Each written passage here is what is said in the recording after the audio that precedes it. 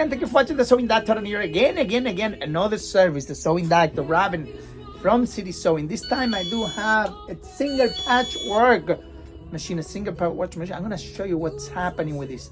It's an issue that, you know, it's not that it's weird, but you don't see it every day. Let me go inside and check it out. It sounds weird. It might be a broken bell or something like that, but let me jump inside and show you what's happening. It's the machine, a single patchwork. I want to show you what's happening. When I turn the hand wheel, look at this. Needle is going up and down, but the actually hook here is not moving.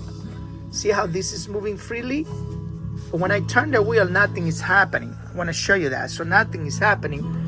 Right now, my guess on an issue like this, it could probably be that the belt inside is broken, because this is driving by a belt. So I'm gonna go inside, open the machine up and see what's going on.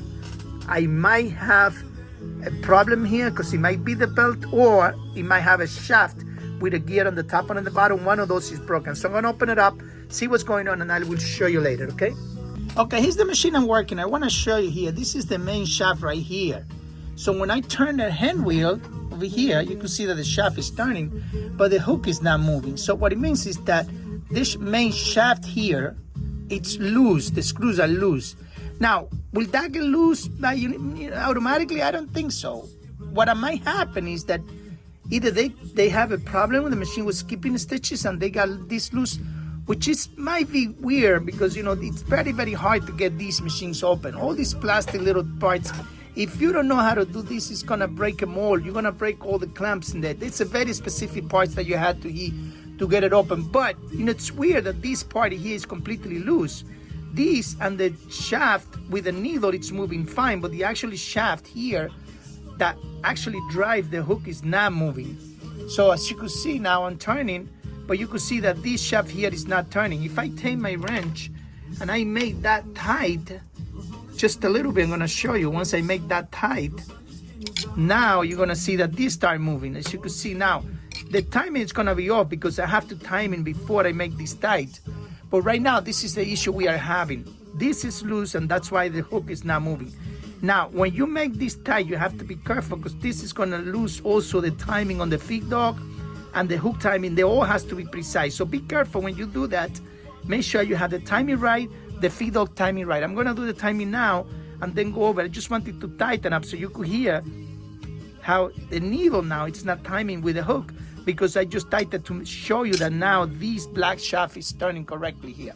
Now I'm gonna show you the timing on the machine. You know, I have done this many, many times, so I don't have to repeat it all the time, but I wanna show you something important.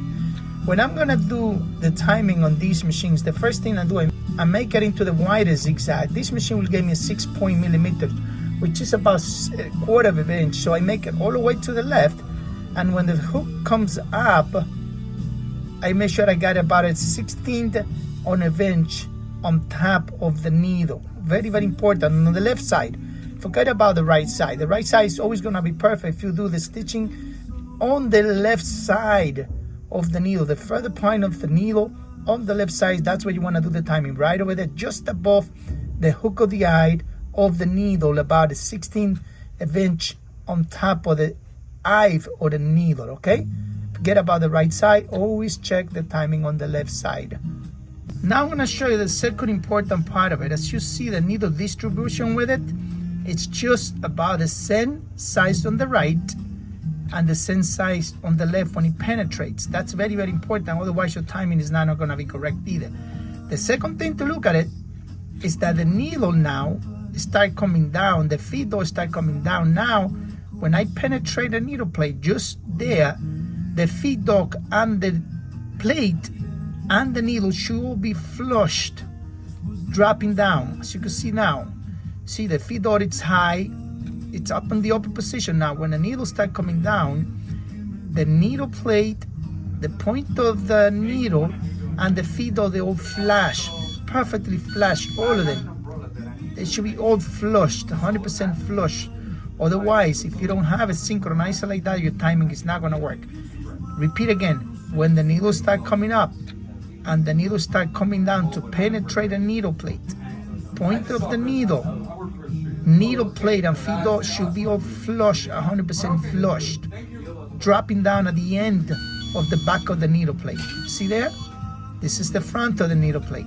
This is the back of the needle plate. Right over there. That's perfect. If you don't do it like that, what's going to happen is when you try to stitch, your machine's going to be skipping stitches. It's not going to work.